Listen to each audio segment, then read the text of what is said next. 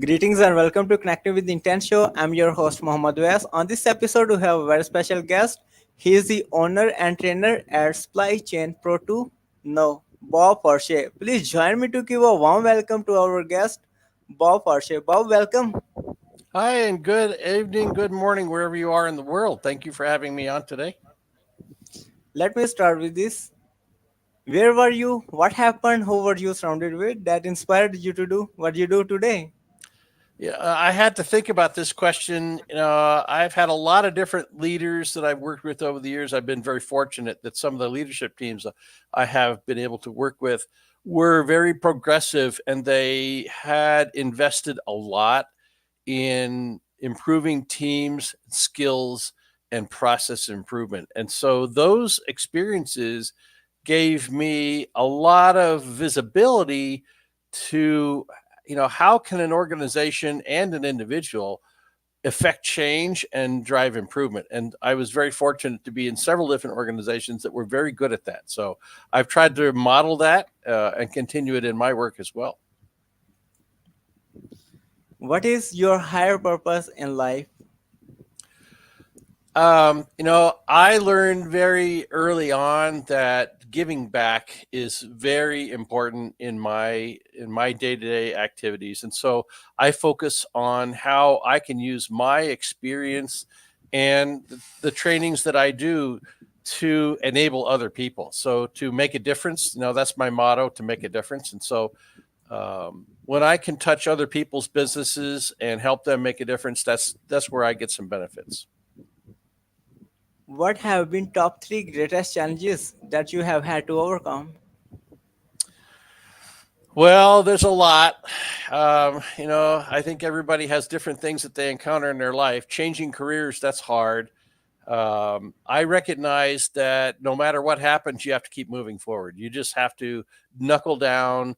You really have to focus on continuing. Just keep moving. You don't never give up, right? A persistent effort, focusing on some desired end result. That's very important. I learned from some really smart people that if you understand your why, it's a lot easier to overcome those times which are really challenging. And so that's been very important for me. Part of that is to stay in the learning mode. We're never done learning, right? You're never done improving. You're never completing the journey of learning new things and having opportunities to work with new ideas, new people, new teams. That's been very interesting. Right now, we have in supply chain this whole new topic of AI. How do we use that? Is it productivity or is it more than that? There's different ways to apply this tool, and we're seeing lots of potential application for that. Another challenge I think has been um, learning to think outside the box. If you only see a problem from your one perspective, it's very difficult. Einstein had a quote that says, "You cannot solve a problem from the same perspective that created it." So you always have to be able to change your point of view and see opportunities from different perspectives. And that's when new ideas will start to shape up. So that's been part of the challenge, is to always be able to learn how to change perspective and find a different way to look at a problem. What is your greatest failure story? What did you learn and how did you recover from it? I've had a few. I can't say I've never had failures. Those are things we all learn from, right? One of the things that I remember most is when I was doing some work in the high tech industry. I had one primary OEM customer, and we had a particularly hard fiscal quarter one year, and it was very, very difficult. At the end of the quarter, we had to meet with the customer's vice president and directors and explain what went wrong and how were we going to fix it. Right, that was a very difficult meeting to have, but we had a good plan. We were not trying to sugarcoat or hide problems. We talked about what the issues were, and we talked about what the solutions were going to look like. So we were very specific. We created a plan on how we're going to go forward. We had really clear objectives to avoid the same things happening again. And we also had a backup plan. And so, having put those thoughts together, they were very impressed. And although they were unhappy with the current situation, they could see that we were intentional about making sure that it didn't happen again. And it worked. From that point on, we had a very successful several few periods after that. I think it was recognized well because we were acknowledged as one of the top 3 suppliers for them for several years after that.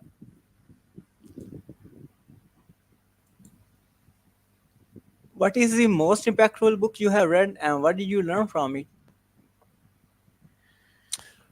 I do a lot of reading, but I try not to just read business books. I try to read something that is maybe more about life in general, learning about dealing with adversity, learning about improvement, personal development, as well as professional development. So I'm going to offer a couple of ideas here.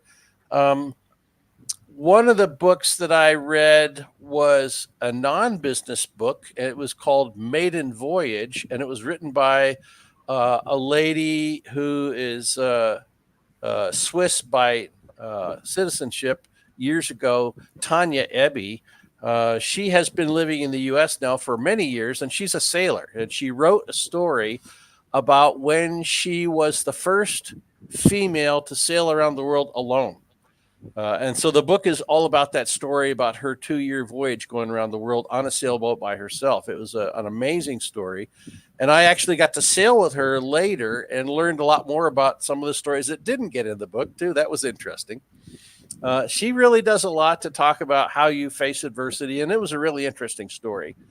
The other book, in terms of things I can remember as standing out, in a business context, there's a book called The Gold Mine. It's by an author named Freddie Balle, Balle.